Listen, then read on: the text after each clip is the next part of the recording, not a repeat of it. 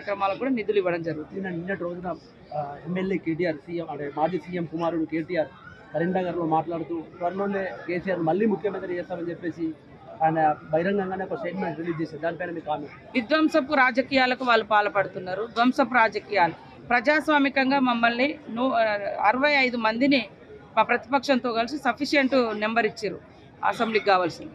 అంటే ఎంతసేపు కూలుస్తాం అంటే అధికారం లేకుంటే వాళ్ళు ఒక్కరోజు కూడా బతకలేకపోతున్నారు అనడానికి ఇది ఒక నిదర్శనం. అంటే ముఖ్యమంత్రి గారు అధికారం ఉంటే తప్ప బయటికి ప్రజలకు అంటే గతంలో ఆయన కేసీఆర్ గారు ముఖ్యమంత్రిగా ఉంటే తప్ప బయటికి రాడు అనేది వాళ్ళు గత 9 సంవత్సరాలుగా గడిలలో ఉండి పరిపాలించారు.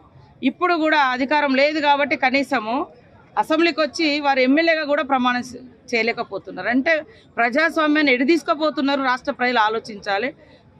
అంటే అక్రమంగా దొడ్డదారులు ఏదో ముఖ్యమంత్రులు అవుతామని ప్రజలు ఇచ్చిన మ్యాండేట్ మాకు. దాన్ని అట్లా మాట్లాడడం అనేది కొద్దిగా మైండ్ ఉండాలి, మెదడు ఉండాలి. కాంగ్రెస్ పార్టీకి కేవలం సానుభూతి తప్ప మరి ఏం లేదు. వాళ్ళ అభివృద్ధి చూసి మాత్రం ఓటేయలేదు. కొద్ది ఓట్ల శాతం తేడా ఉందని చెప్పేసి ఆయన పదే ఎక్కడికి వెళ్ళి అదే మాటలు చెప్తూ ఉంటారు. అదే అంటానా, వాళ్ళు 63 తోటే గెలిచారు కదా ఫస్ట్లో. 63 సీట్లే వాళ్ళకంటే 1 సీటుతో మేము 2 సీట్లతో మేము అదనంగా ఉన్నాం. మరి అదే అంటున్నా, ఇంత నీచపు కుళ్ళు రాజకీయాలు ఎందుకు? ప్రజలు ఇష్టంతో గెలిపిస్తారు కాబట్టి వాళ్ళు చేసే అటువంటి దుర్మార్గపు ప్రయత్నాలను తిప్పికొట్టే ప్రజలు మా పక్షాన 60 నెంబర్ మాది 65 సఫిషియెంట్ నెంబర్ ఇచ్చారు. ఇంకా దాంట్లో ఏముంటుంది? మీలాంటి వాళ్ళు అర్థం చేసుకోవాలి. ఎందుకు ఈ కుతూహలము ఈ దుర్బుద్ధి ఎందుకు పుడుతుంది మీకు? ఈ దేవుళ్ళే వాళ్ళకు పనిష్మెంట్ ఇచ్చారు, ఇంకా ఇస్తారు కూడా. ఇంకోటి, సోషల్ మీడియానే మాకు కీలకంగా పనిచేయాలి, సోషల్ మీడియా ద్వారా కాంగ్రెస్ ప్రభుత్వం బదనం చేయాలని చెప్పేసి ఆయన ఇండైరెక్ట్లో డైరెక్ట్లో ఆయన అఫీషియల్గానే స్టేట్మెంట్ ఇస్తారు. సోషల్ మీడియానే వాడుకుందాం ఎక్కువ శాతం అని చెప్పేసి. అంటే సోషల్ మీడియాలో కూడా ఎవరో ఒకరిద్దరు తప్పుడు కూతలు కూస్తే ప్రజలు అర్థం చేసుకుంటారు. కానీ చేసిన పనిని సోషల్ మీడియాలో పెట్టుకుంటే అది ఫ్యాక్ట్ కనబడుతుంది. నేను లేని మాట అన్నాను అనుకో, నేను అన్నది తప్ప రైట్ అని ప్రజలు ఆలోచిస్తారు. కొద్దిసేపు కన్ఫ్యూజన్ ఉంటారు కావచ్చు, కన్ఫ్యూజ్ చేస్తారు కావచ్చు.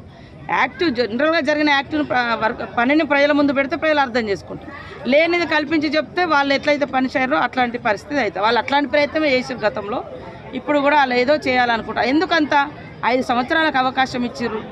మీరేం కష్టపడ్డారని, మరి ఏం చేశారని బిల్లులు, ఇప్పుడు బిల్లుల గురించి అడిగిన 1000 బిల్లులు పెండింగ్లో పెట్టారు. ఎవరికి జీతాలు కూడా ఇవ్వలేదు, బిల్లులు ఇవ్వలేదు. వాళ్ళకి నచ్చిన పని చేసుకున్నారు. ప్రజలకు నచ్చిన పని చేయలేదు కాబట్టి ప్రజలు వాళ్ళని ఇంటికి పంపారు. మేము మంచిగా చేయనప్పుడు మమ్మల్ని పంపుతారు. మీరెందుకు దొడ్డదారిన రావాలి, దొంగ వ్యవహారాలు ఎందుకు అని అంటున్నారు. ఫైనల్గా కేటీఆర్కు మీరు ఏం చెప్పదలుచుకున్నారు?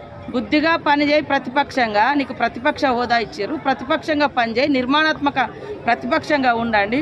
ప్రజలు మీ ప్రతిపక్ష పాత్రను హర్షించినప్పుడు మీకు ఎప్పుడైనా అవకాశం వచ్చినప్పుడు స్ట్రేట్ ఫార్వర్డ్గా ప్రజాస్వామికయుతంగా రావాలి తప్ప దొడ్డదారిన ప్రభుత్వాలను కూల్చే కుట్రలు మానుకోండి అని చెప్తాను.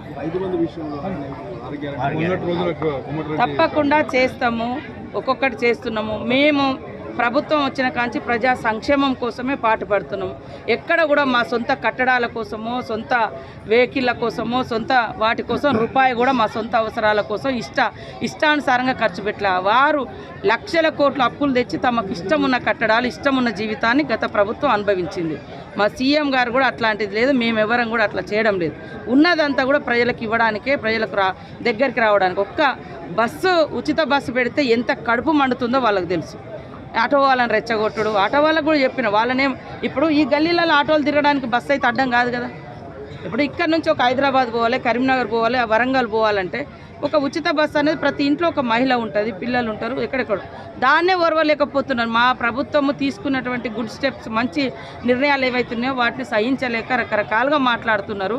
కాబట్టి రేపటి ఎంపీ ఎన్నికలలో కూడా వాళ్ళు అక్కడ వచ్చే అవకాశం లేదు, ఎట్లా గవర్నమెంట్ ఇక్కడ కూడా లేదు. కాబట్టి ఏదేదో రకరకాల మాటలు మాట్లాడుతున్నారు. ఒకటక ఫైనల్గా 10 ఏళ్ళు బీఆర్ఎస్ పార్టీ అధికారంలో ఉంది, రాజన్న ఆలయం ఇంకో వివక్షకు గురైంది. బీజేపీ అధికారంలో ఉంది, ₹1 కూడా దీనికి కేటాయించలేదు. అంటే నువ్వు చేయ అభివృద్ధి, నువ్వు చేయని చెప్పి ఇద్దరి మధ్య రాజన్న ఆలయం మాత్రం వివక్షకు గురైంది, డెవలప్ కాలేదు. ఇప్పుడు మీ ప్రభుత్వం వచ్చింది, మీరు ఎట్లా చేయబోతుంది? తప్పకుండా మా సీనియర్ ఇంతకుముందే నాతో మాట్లాడిండు. సీఎం గారి దృష్టికి తీసుకుపోయి సీఎం గారు చైర్మన్గా గతంలో పెట్టారు కానీ ఏం చేయలేదు. మరి కేసీఆర్ గారు ఈ సొంత జిల్లా అని చెప్పుకుంటారు, ఇక్కడే మా పుట్టుకలు అని చెప్పుకుంటారు, అన్నీ చెప్పుకున్నారు. ఈ సెంటిమెంట్ని వాడుకున్నారు, అన్నీ చేసుకున్నారు. 2 సార్లు అధికారానికి వచ్చారు. 2 సార్లు వచ్చినా ఇంకేదో వాళ్ళు త్యాగాలు చేసిండ్రు, మాకేదో అధికారం పోయిందంటే ఈ రాష్ట్రంలో తెలంగాణ కోసం ప్రతి ఒక్క బిడ్డ పోరాటం చేసిండు. తల్లి సోనియమ్మ తెలంగాణ ఇచ్చి కాంగ్రెస్ పార్టీ అక్కడ ఇక్కడ లాస్ అయింది 10 ఏళ్ళు, మీకు తెలుసు. అయినా కూడా ప్రజల యొక్క ఆకాంక్ష నెరవేర్చాలని నెరవేర్చింది. 10 ఏళ్ళు అధికారంలో ఉన్నారు. ఎక్కడి నుంచో వేరే వేరే దేశాల్లో బతికి 2 ముచ్చట్లు ఇంగ్లీష్ మాటలు నేర్చుకొని వచ్చి అదే మన లాంగ్వేజ్ లాగా కూడా చెప్పుకొని ఏదో గొప్పగా బతుకుతుంది. మరి అంత గొప్పగా చేస్తే ఈ ఊళ్ళకి ఏమొచ్చింది, రైతులకు ఏం ఒరిగింది, ఇక్కడ దేవుడికి ఏమి ఇచ్చిర్రు, ఏం చేయలే. అదే సోషల్ మీడియాను వాళ్ళు చేయని పనులు చేసినట్టుగా అద్భుతంగా ప్రచారం చేసుకున్నారు. అది ఎవరు నమ్మరు. చేసిన పనినే ప్రజలు నమ్ముతారు. సోషల్ మీడియా వేదికగానే వాడుకోవాలంటే నేను చేసిన పనినే నేను చూపిస్తా, కానీ చేయనట్టుగా వాళ్ళు అభూత కల్పనలు చేశారు కాబట్టి ప్రజలు అర్థం చేసుకున్నారు. 10 ఏళ్లలో పక్కకు పంపించారు. మేము ఖచ్చితంగా అభివృద్ధికి కట్టుబడి ఉన్నాం. దేవాలయాల అభివృద్ధికి, మన ప్రాంత దేవుళ్ళను, మన ప్రాంత దేవుళ్ళ యొక్క విశిష్టతను, గొప్పతనాన్ని భవిష్యత్ తరాలకు కూడా అందించాల్సిన బాధ్యత ఉంది. బీజేపీ అంటే హిందుత్వంతో ముందుకెళ్తుంది. తెలంగాణలోని దక్షిణ కాశీ అంటాం, అతిపెద్ద పుణ్యక్షేత్రం. ఇక్కడ భక్తులు ఎక్కువ వస్తారు, ప్లస్ ఆదాయం ఎక్కువ ఉంటుంది. బీజేపీ ప్రభుత్వం కూడా ఇక్కడ ఏం చేయలేదు. దాని మీద ప్రభుత్వానికి ఏం చెప్పారు? ఖచ్చితంగా అదే అంటున్నా, ఒక్కొక్క ప్రాంతంలో ఒక్కొక్క దేవుడు యొక్క గొప్పతనం ఇవన్నీ స్మార్ట్ చేసి ఒక్క దేవుడు కానే ఒక ప్రాంతం కానే అని వాళ్ళు ఒక దిక్కుపోతున్నారు.